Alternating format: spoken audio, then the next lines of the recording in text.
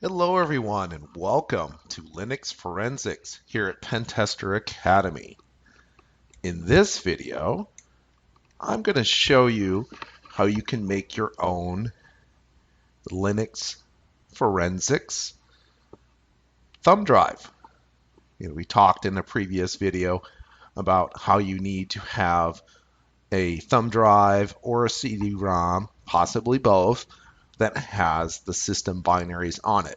And it might also be convenient if you had a live Linux distro that was oriented toward doing forensics available as well.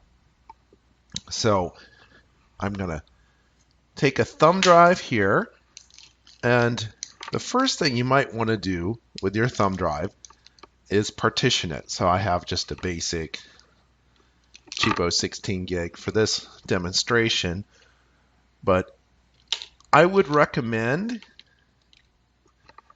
if you can do it, get at least a 16 gig drive, and also it might be worthwhile to splurge for a USB 3 drive.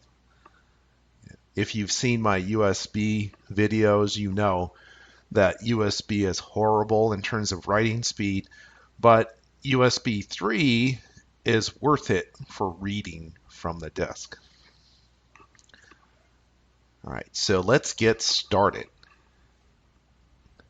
Here I'm at a prompt. I've inserted my drive. Now, in most cases, it will automatically get mounted as soon as you insert the drive. And that doesn't seem to be the case here for me. Let's see where the drive is. So if you do an ls of /dev sd star, you should see various drives. Now mine already came up with 2 partitions because I partitioned it earlier. Most drives, when you buy them, will come pre-formatted with either FAT or NTFS. Neither of these is what you really want for mounting your system binaries. Think about it for a second. You look at things like permissions. FAT doesn't preserve those, so it doesn't sound like something that's ideal for system binaries. So here's what you could do. Run fdisk on the appropriate device. In my case, it's SDC. And I can print it out. And I see that I've already created 2 partitions. For the sake of this video, I'm just going to go ahead and delete them. And I'll create new ones. So I'll say the command to create a new partition is just N. I want it to be a primary partition, partition number 1, and its first sector will be at 2048, and I will make this first partition 8 GB. I will hit N again to create a second partition, also a primary partition, partition number 2. I will just accept the defaults. If I type in P to print my partition table, you see that sure enough, I have 2 partitions. Now they are both currently marked as being Linux partitions, and I probably need to change that.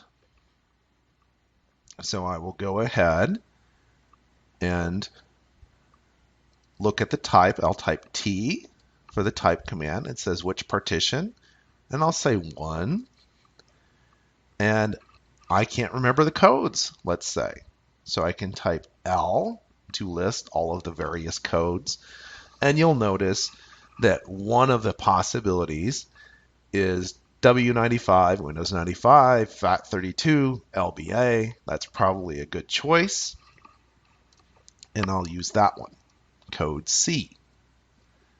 Now if I reprint with P, you'll see that sure enough, now that partition is marked as being FAT32.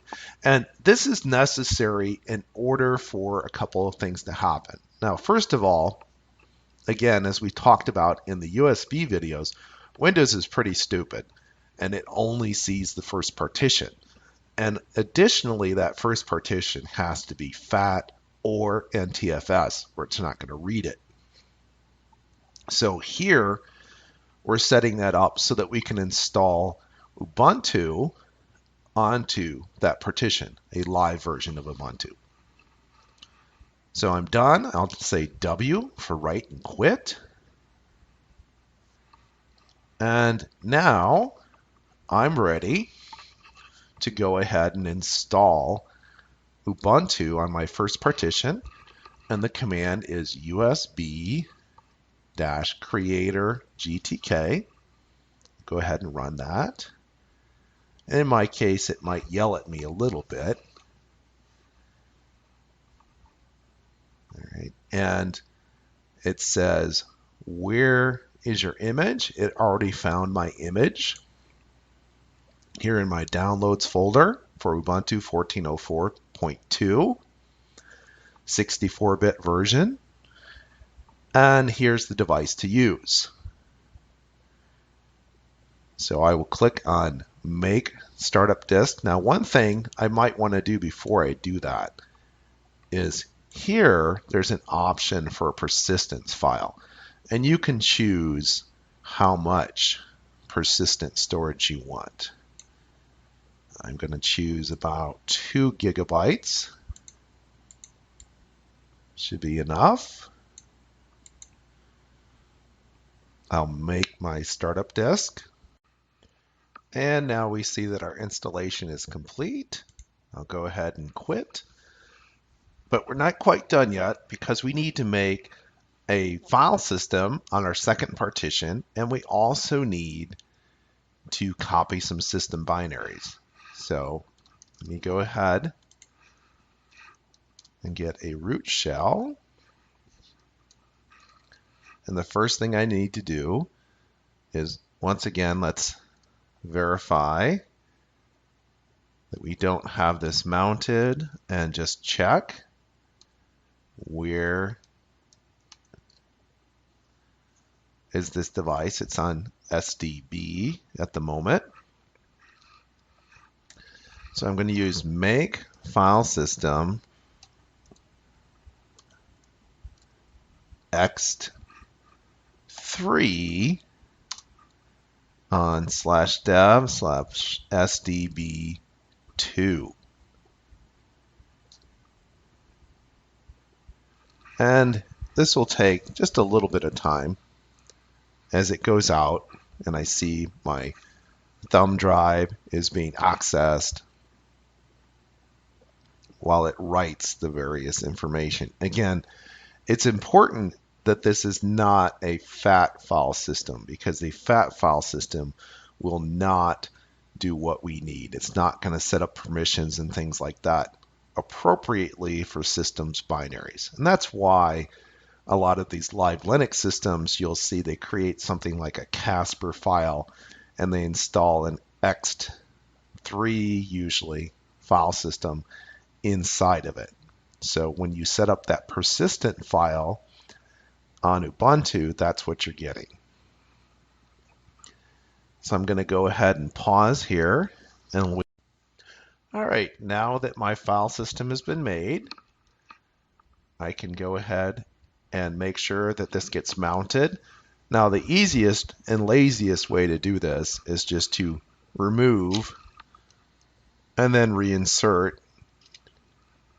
your thumb drive. And Ubuntu has recognized my new thumb drive, both partitions, and I can actually look. Here's my second partition, which is kind of empty.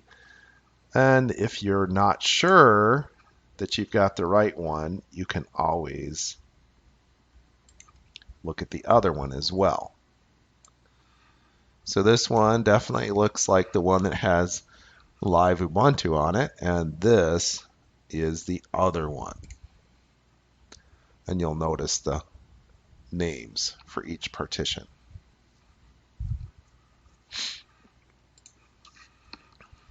Okay, so we're almost there. And this has been mounted under media. So if I do an ls media fill, I will see these two partitions. I can just go to my root directory, for example,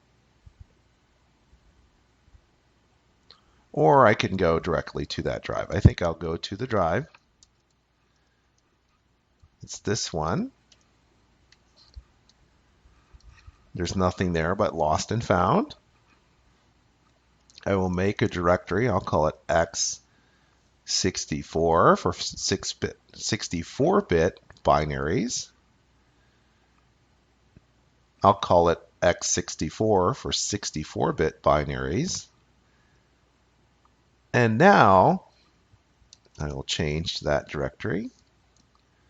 And I will do a copy recursively with permissions of sbin to dot/dot. I will also copy recursively with permissions from bin to dot/dot. That's done. If I do an ls, I see that I have bin and sbin, and it has all of the normal things I would expect. Some of these things are going to be broken because it has symbolic links, but don't worry about that, because these are not the programs that you're likely trying to use either. And that's all you have to do. So that's all. That's all for this video. As always, if you're enjoying these videos here at Pen Tester Academy, please tell a friend. We'll see you next time.